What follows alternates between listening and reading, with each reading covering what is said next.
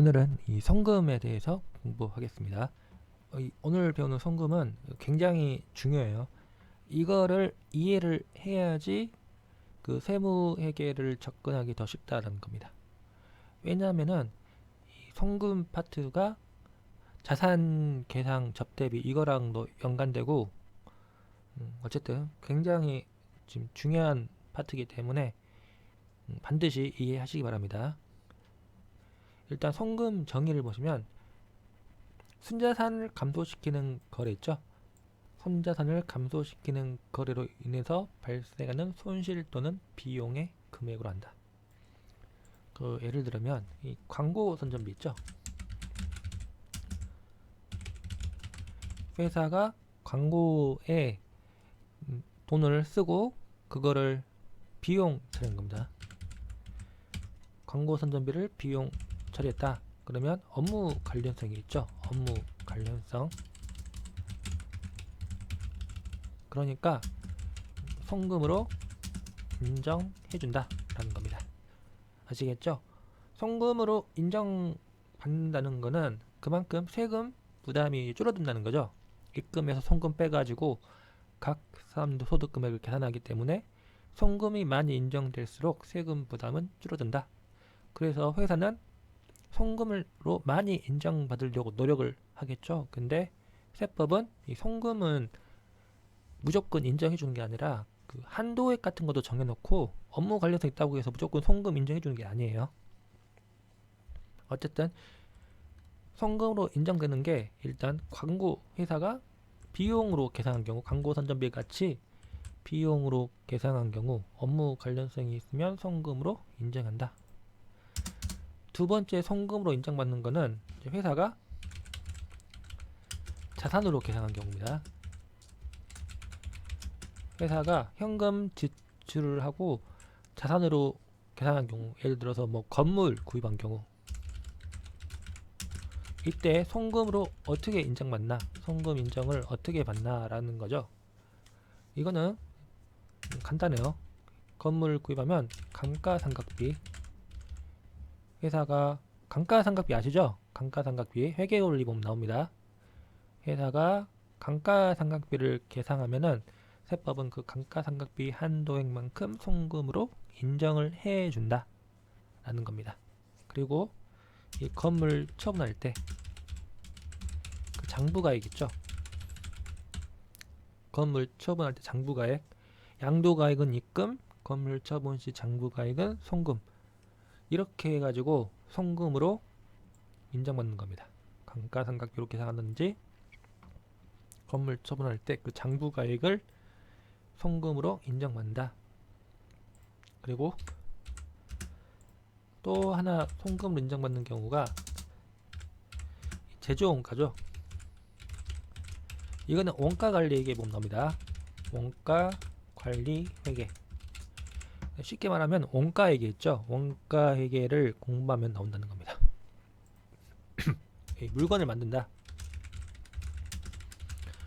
예를 들면은 내가 화가여가지고 그림을 그린다. 그럼 물감이 필요하죠.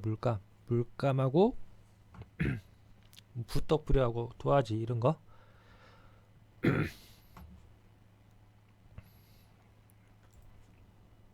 그럼 이때 들어간 돈이 재료비도 들고 그 다음에 뭐 노무비 이런 거 들겠죠.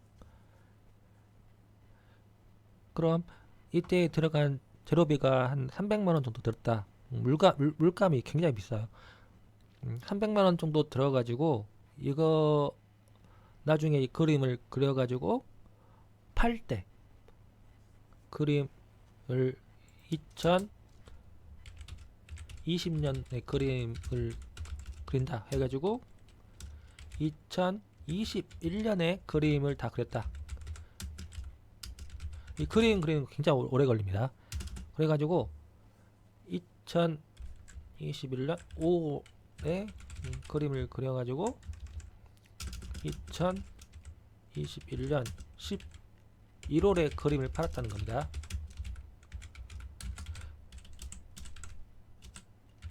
그럼 생각을 해보세요. 이 그림을 착수 시작한 시점이 2020년 5월이다.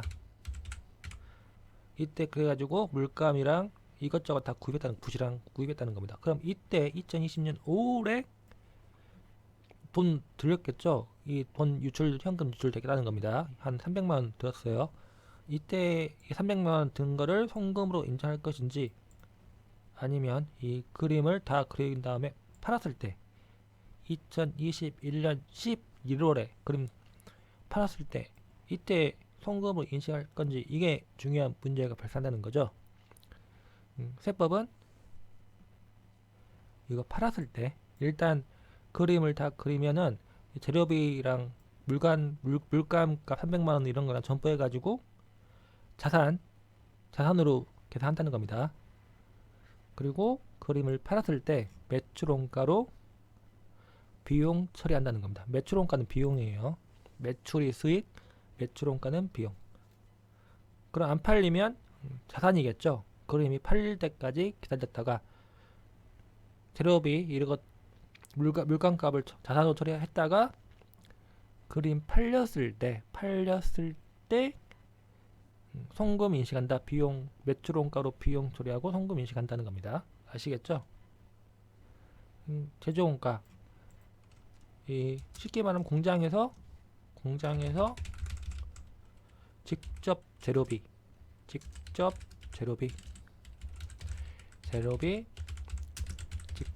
노무비 제조 경비 이런 게 들어가지고 물건을 만드는 거예요. 공장에서 이 제품 만드는 거 아시죠? 직접 재료비, 직접 노무비, 제조 경비 이런 게 돈이 들어가지고 제품을 만드는 겁니다. 그럼 이 돈 든 거를 바로 비용 처리해서 송금 인식하는 게 아니라 일단 제품은 자산이죠. 자산으로 처리했다가 물건 제품 팔렸을 때 송금 인식 어떻게 해요? 매출원가 계상해서 송금으로 인식한다는 겁니다. 아시겠죠? 그러니까 회사가 자산으로 계상했다. 인건비를 자산으로 계상했다. 그러면 당황한단 말이에요, 사람들이. 어떻게 비용을 자산으로 계상하지? 근데 이걸 인식하면 된다는 겁니다. 일단 돈 들어간 거를 제품으로 자산 처리했다가 안 팔리면은 기말 재고 자산, 팔리면은 매출원가 이런 식으로 처리한다는 거예요. 이거 굉장히 지금 중요합니다. 회사가 인건비를 자산 처리했다 이러면은 굉장히 헷갈려요. 문제가 나오면은. 근데 이런 식으로 생각하면 되겠다는 겁니다. 팔렸을 때 송금 인식한다 라는 겁니다. 아시겠죠? 보시면 이제 이론 보시면 순자산을 감소해도 송금을 인정하지 않는 것 주식 할인 발행 차금 이거 외워야겠죠? 주식 할인 발행 차금 자본거래는 회사가 순자산이 감소해도 송금으로 인정해주지 않는다 라는 겁니다. 그리고 이제 법인세법상 송금 불산입 항목으로 규정된 것 일단 업무와 무관한 거죠. 업무 무관 비용 회사가 송금을 인정받으려면 최소한 업무와 관련성이 있어야 한다라는 겁니다. 업무와 무관하면은 절대 송금으로 인정해주면 안 되겠죠. 업무 관련성이 없으면 송금으로 인정해주지 않는다. 예를 들어서 업무 무관 자산 유지비와 관리비는 송금으로 인정해주면 안 된다는 겁니다. 그 다음 보시면 잉여금 처분을 손비로 계상한 것 그래가지고 나오죠. 결산을 확정할 때 잉여금 처분을 손비로 계상한다. 이 결산을 확정한다는 거는 쉽게 말하면은 그 재무제표 있죠. 재무제표 BS, IS 재무상태표나 이런 거 있죠.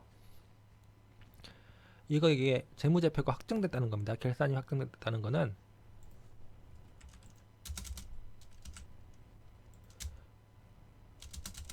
이 결산 확정이다. 그리고 재무제표가 확정된 겁니다.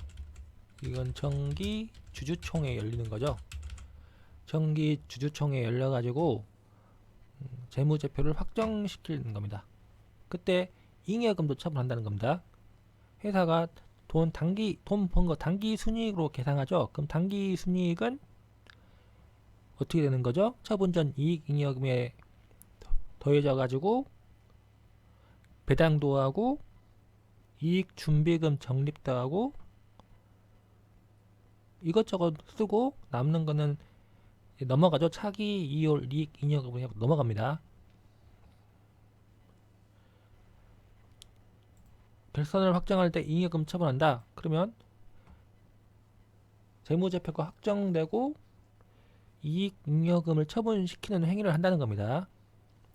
이때 손비로 계산한다. 말이 안 되죠. 우리는 항상 생각할 게 뭐라 하겠죠? 단기순이익. 단기순이익에서 입금 산입 더하고 송금 산입 뺀다. 그래가지고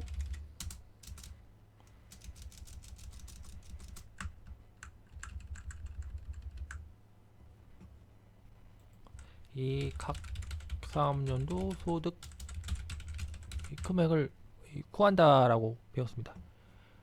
잉여금 처분은 단기 순이익을 거치지 않았다는 겁니다. 단기 순이익을 거치지 않고 비용 처리하는 것, 이거는 말이 안 되는 거죠. 잉여금 처분을 예를 들어서 배당금을 주주한테 배당금 지급하고 배당금 비용, 이렇게 손비라는 것은 손실 또는 비용입니다. 손실 또는 비용을 손비라 한다. 그러니까 회사가 배당금을 비용 처리한 경우, 이건 당연히 잘못된 거기 때문에 송금 불산입, 배당금 비용 100 기타 이런 식으로 세무 조정을 한다라는 겁니다. 아시겠죠?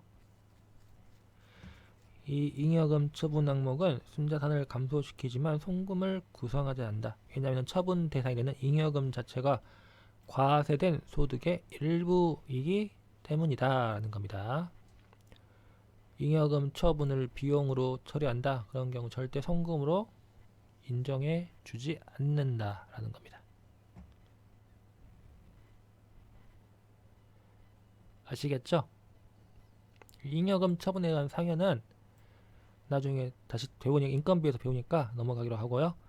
이 송금으로 공제되는 시기에 배웠죠. 이거 회사가 비용 처리하고 세법상 송금인 경우 세무조정 없다. 예를 들어서 광고 선전비 업무 관련성이 있기 때문에 세법상 송금으로 인정해준다. 이거를 회사가 비용으로 처리한 광고 선전비로 비용 처리한 경우 송금으로 인정되기 때문에 세무조정 할 필요 없다. 근데 예를 들어서 회사가 비용 처리했는데 세법상 송금이 아닌 경우, 예를 들어서 업무 무관 경비인 경우 회사 사장이 해외여행을 자기 업무와 관련 없이 갔다 와가지고 그거를 비용 처리했다. 그럼 이 업무와 관련성이 없기 때문에 그 비행기 값 송금을 인정해주면 안 되겠죠. 그러니까 송금 불산입. 그 다음에 회사가 비용 처리했는데 세법상 자산인 경우, 이 경우는 즉시상각 의제 규정. 이거는 감가상각비범 배우니까 넘어가겠습니다. 회사가 그 다음에 자산 처리한 경우죠. 근데 단기 송금인 경우, 그러면 경우 송금 산입 마이너스 위보 처리. 이거 무슨 말인지 모르겠죠. 이거는 문제를 풀어봐야지 이해할 수 있는 겁니다. 그 다음 보시면 회사가 자산 처리했는데 세법상 송금이 아닌 경우, 이것도 왜 이게 되는지 이해가 안 되겠죠. 넘어가세요. 이런 거는 이래도 하고 그 문제 있죠. 그 세법 문제를 풀어봐야지 이해가 되는 거지. 지금 이거 보면은 이해 안 됩니다. 넘어가겠습니다. 지출이 발생한 사업연도에 즉시 송금으로 공제되는 항목. 인건비, 복리후생비라 나와 있죠. 근데 회사가 공장에서 물건 만들 때 그 노무부 있죠. 직접 노무비. 그것도 인건비잖아요. 근데 그거는 뭐라 하겠죠? 제조원가에 해당하는 거기 때문에 물건이 팔렸을 때 송금으로 매출원가로 송금 인식한다고 했죠. 그러니까 인건비라고 해서 무조건 바로 회사가 비용 처리하면 송금 인정되고 그런 거 아니에요. 이게 제조 원가인지 아니면 일반적인 그 광고 선점이나 이런 건지 봐가지고 확인을 해야 합니다. 이거 배웠죠? 건물은 일단 자산으로 처리하고 감가상각비로 송금 인식하다든지 양도할 때 그 장부가액 송금으로 인정한다. 예를 들면 아파트 건설에 투입된 건설주자의 인건비는 일단 아파트 원가로 계산한다. 같은 거죠. 그 제조 원가랑 같은 거예요.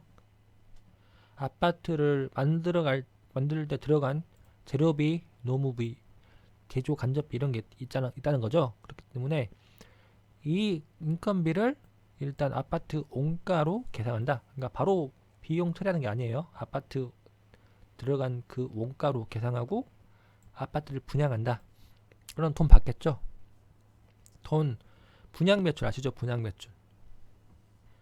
아파트를 다 짓고 파는 게 아니라 일단 분양하는 거예요. 사람들한테.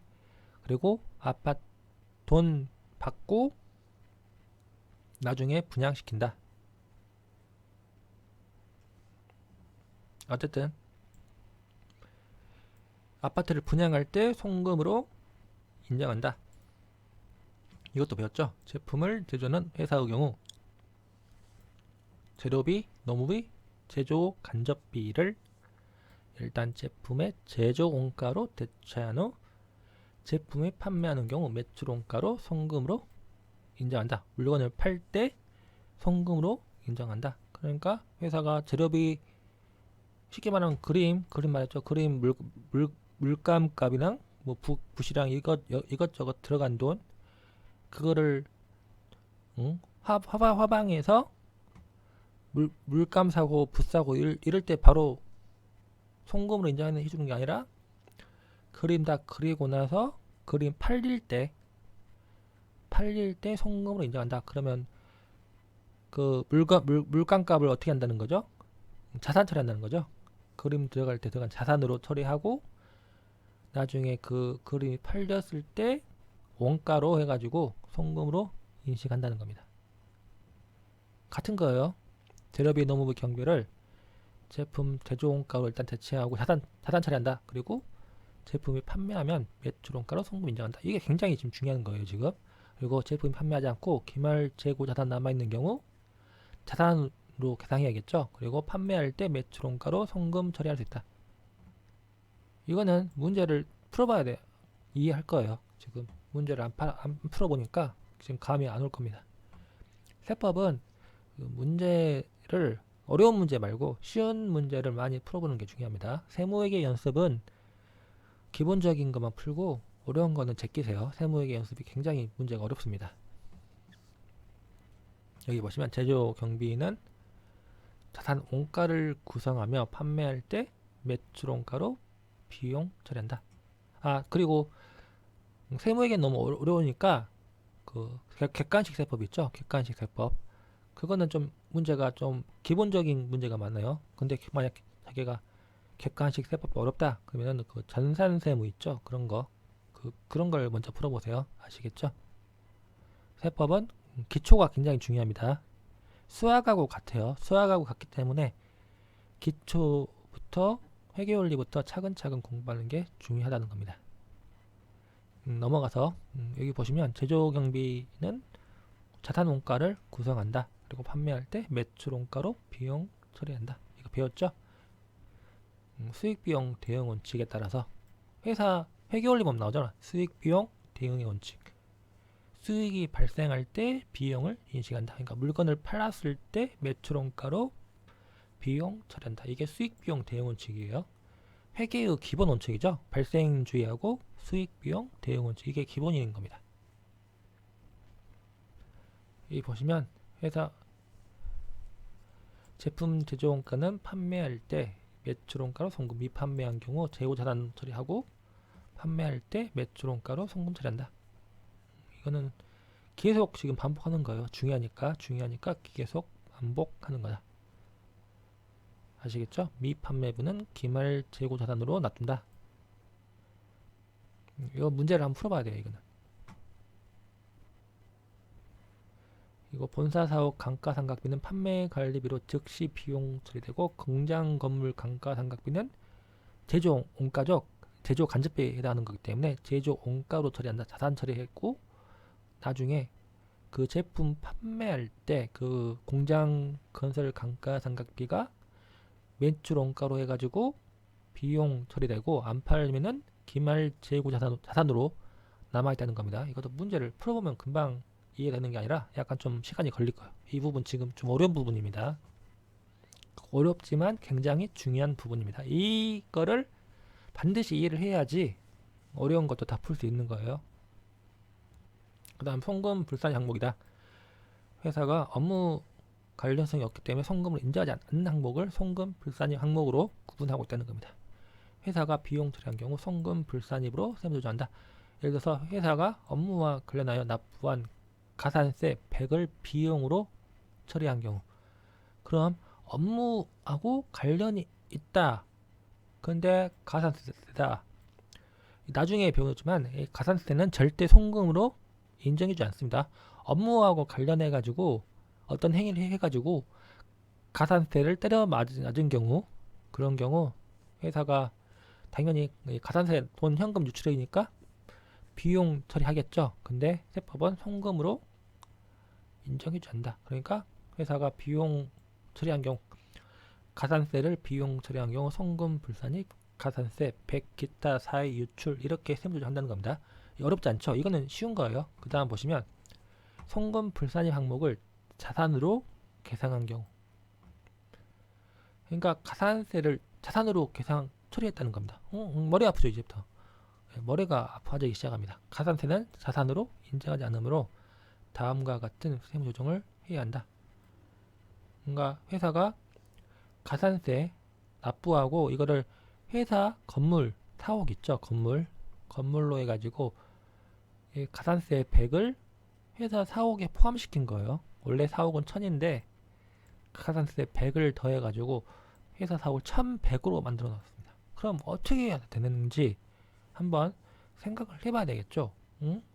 일단 회사 사옥은 1000이 맞습니다. 1000이 맞아요. 1100이 아니고 1000이 맞기 때문에 일단 송금 산입 한다는 거죠. 그럼 1100에서 송금 산입 100 하니까 100 빠지니까 회사 사옥은 1000이 남습니다. 송금 산입했는데 그리고 그 송금은 세법상 송금으로 인정해주지 않죠. 그러니까 송금 불산입한다. 그러니까 일단 송금 산입 회사 사옥 100 마이너스 유보하고 송금 산입하면은 세법상 그걸 송금으로 인정해야 하나 하는 의문이 발생한다는 겁니다. 근데 그거를 세법상 송금 인정하지 않기 때문에 송금 불산입, 가산세 100 기타 사의 유출 이렇게 세무조정을 2번 하는 거예요. 이거 배웠죠? 자산 100, 자산 땅 따먹기. 이 자산이 늘어나면은 비용이 줄어들고 자산이 줄어들면 비용이 늘어난다. 땅 따먹기. 우리 앞 시간에 배운 겁니다. 회사가 이렇게 회계상 자산으로 100을 이렇게 인식했다.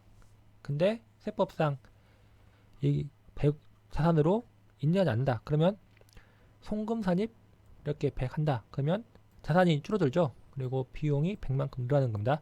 차변 항목은 자산하고 비용이에요. 그렇기 때문에 자산이 줄어들면 비용이 100만큼 늘어난다. 근데 이 비용이 세법상 송금으로 인정되지 않기 때문에 이거에 대해서 송금 불산입, 가산세 100 기타 사의 유출 이걸 한다는 거예요. 이거 지금 세무조정 제가 독창적으로 만든 겁니다. 차변은 자산하고 비용으로 구성되어 있고 자산이 줄어들면은 비용이 이렇게 늘어난다. 근데 그 비용을 세법상 인정해주지 않기 때문에 송금 불산입, 가산세 100 기타 사의 유출한다. 그러면 어떻게 돼요? 회사 사옥은 회사가 1100으로 계산했지만 이 송금 산입 100으로 해가지고 차감되는 거죠. 그래서 1100에서 100 빼가지고 1000으로 된다는 겁니다. 신기하죠, 되게. 이런 식으로 송금 산입 100 마이너스 유보하면은 그만큼 회사 자산이 세법 세무상 자산이 100만큼 줄어든다는 겁니다. 송금으로 인정되지 않는 항목, 즉 가산세를 자산으로 계산했기 때문에 자산을 감액하고 마이너스 유보 처분하고 당해 가산세가 세법상 송금으로 인정되지 않기 때문에 송금 불산입으로 세무조정 하이한다 라는 겁니다. 지금 굉장히 이게 지금 중요한 거예요. 지금 배우고 있는 게. 그 다음에 회사 사옥을 1100에 양도한 경우, 그러면 이 유보 있죠? 유보를 송금 산입 마이너스 유보를 플러스 유보로 바꿔야 되겠죠? 유보는 팔리면은 반드시 세무조정 송금 불산입 회사 사옥 100 유보 이걸 한다는 겁니다. 그럼 결론적으로 보면은 현금 회사는 이 회사 사옥을 1100으로 인식했기 때문에 이게 1100으로 빠지는 거죠. 현금 1100 받고 1100에 양도했기 때문에 1100 받고 1100 빠져나갔다. 근데 세법은 회사 사옥은 1000으로 인식된 겁니다. 그렇기 때문에 처분이익 100이 발생한다는 겁니다. 즉 회사 사옥은 1000이므로 100만큼 처분이익이 발생한다. 그렇기 때문에 처분이익이 이렇게 되는 거죠. 송금 불산입이 입금이랑 같은 거예요. 입금 산입하고. 그러니까 송금 불산입 회사 사옥 100 유보. 이게 송금 산입 마이너스 유보를 처분할 건물을 처분하니까 플러스 유보로 반대 조정한다는 거죠. 송금 불산입 100 유보 이렇게 하면서 세무상 처분이익 100이 발생한다라는 겁니다. 지금 이게 좀 처음 보면 굉장히 어렵지만 이거를 하나하나 따져보면 이해가 되는 겁니다. 이게 지금 굉장히 중요한 거예요. 이것도. 즉 회사는 장부의 처분이익을 계산하지 않았지만 세무상으로 송금 불산입 100 유보 세무조정을 통해서 세무상 처분이익 100이 발생한다는 겁니다. 그럼 결론적으로 이 회사가 세무조정한 게 이거죠. 이거하고 이거 이 세 개죠. 근데 이 세 개인데 이거하고 이거 상계시키는 거니까 이거 송금 불산입 100 가산세 기타 사유출 이것만 남는 거예요. 그러니까 같은 거죠. 어떻게 되면 같은 거예요. 송금 불산입 100 기타 사유출 이거랑 각각해야 되는 겁니다. 즉 세법은 가산세에 대해서 송금 불산입 기타 사유출 세무조정을 원한다. 근데 회사는 자산 처리했기 때문에 세무조정 일단 두 개 하고 나중에 팔 때 이거 해가지고 결과적으로 송금 불산입 100 가산세 기타 사유출 이것만 남는 거예요. 아시겠죠? 그러니까 이게 틀이 딱딱 맞아 떨어지는 겁니다.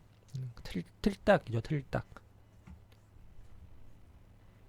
그리고 이제 3번 보시면 비용 처리할 항목을 자산으로 계산한 경우. 이거 중요하죠. 이것도. 회사가 토지 취득하고 재산세 100을 납부하고 자산으로 계산한 경우. 이 재산세는 비용 처리하는 거예요. 자산이 아닙니다. 자산은 미래에 경제적 효익이 유입될 가능성이 높은 그 금액을 자산으로 계산한다. 그러니까 예를 들어서 물감 같은 거 그림은 그릴 때 필수적으로 필요한 거잖아요. 그렇기 때문에 그런 것만 자산으로 계산하는 거지 재산세는 매년 납부하는 거기 때문에 이거를 자산으로 계산하면 안 된다는 겁니다. 비용 처리하는 겁니다. 그렇기 때문에 회사가 재산세를 자산으로 계산했다. 이렇게 토지 100으로 해가지고 자산으로 계산한 경우 잘못된 거죠. 세법은 이걸 비용 처리한다는 겁니다. 그럼 송금산입 토지 이거 없애야 되겠죠. 송금산입 100 마이너스 유보 하면 끝이에요. 여기 보시면 회사는 재산세를 자산으로 계산했죠. 근데 세무조정으로 송금산입 100 한다. 마이너스 유보 하면은 그만큼 자산이 줄어들고 비용이 100만큼 늘어나는 거예요. 차변항목은 자산하고 비용으로 구성돼 가지고 땅땅 먹기 자산이 줄어들면은 비용이 그만큼 늘어난다. 근데 그 세무상 비용이 100만큼 늘어났는데 이게 세법상 송금으로 인정되는 거죠. 그렇기 때문에 세무조정은 필요하지 않습니다. 되게 신기하죠. 이렇게 하면은 굉장히 세무조정을 쉽게 할 수 있다는 겁니다. 이 차변항목은 자산과 비용으로 구성되어 있는데 자산을 100만큼 감액시키고 세무상 비용이 100만큼 늘어난다. 근데 이 100은 세법상 송금 인정되기 때문에 추가적인 세무조정 필요하지 않다. 그리고 나중에 토지 처분할 때는 송금 불산입 100 유보해가지고 마무리하면 된다는 겁니다. 아시겠죠? 어렵지 않습니다. 처음 보면 굉장히 어렵습니다. 처음에는 어렵지만 이 문제를 많이 풀면은 이게 어렵지 않는 거예요. 아시겠죠? 이 보시면 자산성이 없는 송금 항목을 비용 처리한 경우, 재산세를 비용 처리한 경우 세무조정 없다. 근데 이 재산세를 자산으로 처리한 경우 송금산입 마이너스 유보. 아시겠죠? 그 다음에 이 증빙서류 수취 및 보건, 회사가 그 영수증을 수취하고 신용카드 매출 전비 수취하고 이런 것들 법인세 신고기한이 지난 날부터 5년간 이 보관해야 한다라는 겁니다. 만약 회사가 돈을 썼어요. 그러니까 회사가 회계 처리했겠죠. 현금이 얼마 나갔다. 근데 그거는 뭐 인건비다라고 처리한 거예요. 뭐 한 2천만 원 돈 나갔다. 근데 그게 인건비다 처리했는데 아니죠. 그냥 이걸로 할까요? 2천만 원어치 컴퓨터를 구입했다. 근데 이 증명 서류가 없다. 컴퓨터를 구입했으면 거기에 대한 영수증이 있다든지 신용카드 매출 전표 뭐 이런 게 있어야 된다 하는데 이런 증명 서류가 없는 경우, 컴퓨터를 구입했다는 그 증명 서류가 없다라는 건 경우 이 가공 경비로 본다는 겁니다. 그럼 어떻게 한다는 거죠? 송금 불산입 2천만 원 상여 이런 식으로, 즉 대표이사가 이걸 가져갔다라고 보는 겁니다. 증명이 없기 때문에, 증빙 서류가 없기 때문에 대표자한테 상여 처분한 것 같다. 이거 당연한 거죠, 이거는. 그리고 사업자로부터 영수증을 수취한 경우, 근데 건당 금액이 3만 원을 초과하는 경우, 그러면 송금으로 인정해 줍니다. 근데 증빙 불비 가산세를 부과한다. 그러니까 신용카드 매출 전표를 수취한 게 아니라 사업자로부터 영수증이죠. 영수증은 수취한 경우는 이 건당 거래 금액 부가치세 포함한 금액이 3만 원을 초과하는 경우는 송금으로 인정해 준다는 겁니다. 영수증 수취한 경우, 그러니까 접대비랑 다르죠. 앞으로 배울 게 접대비라고 굉장히 중요하게 나오는데, 그 접대비는 법인 명의 신용카드 이런 것만 송금으로 접대비로 인정해 주지, 이렇게 영수증 지출 썼다 그런 경우 이 건당 금액 봐가지고 송금으로 인정 안 해줍니다. 근데 여기 보시면 업무 관련 비용 있죠. 회사 장과 자기 직원들이 신용카드로, 법인카드 있죠. 법인카드로 써가지고 물건을 구입한 게 아니라 영수증 수취했다. 근데 그 건당 거래 금액이 3만 원을 초과하는 경우 송금으로 인정해주되 증빙불비 가산세를 부과한다는 겁니다. 이게 2%입니다. 2%. 그러니까 3만 원 초과하는 경우요. 3만 원 건당 거래 금액이 3만 원 이하인 경우는 영수증을 수취한 경우 송금으로 인정해주고 가산세도 부과하지 않는다. 3만 원 초과하는 경우 송금을 인정하되 증빙불비 가산세를 부과한다는 겁니다. 그리고 이게 중요한 게 이 거래 금액은 부가가치세를 포함한 금액이에요.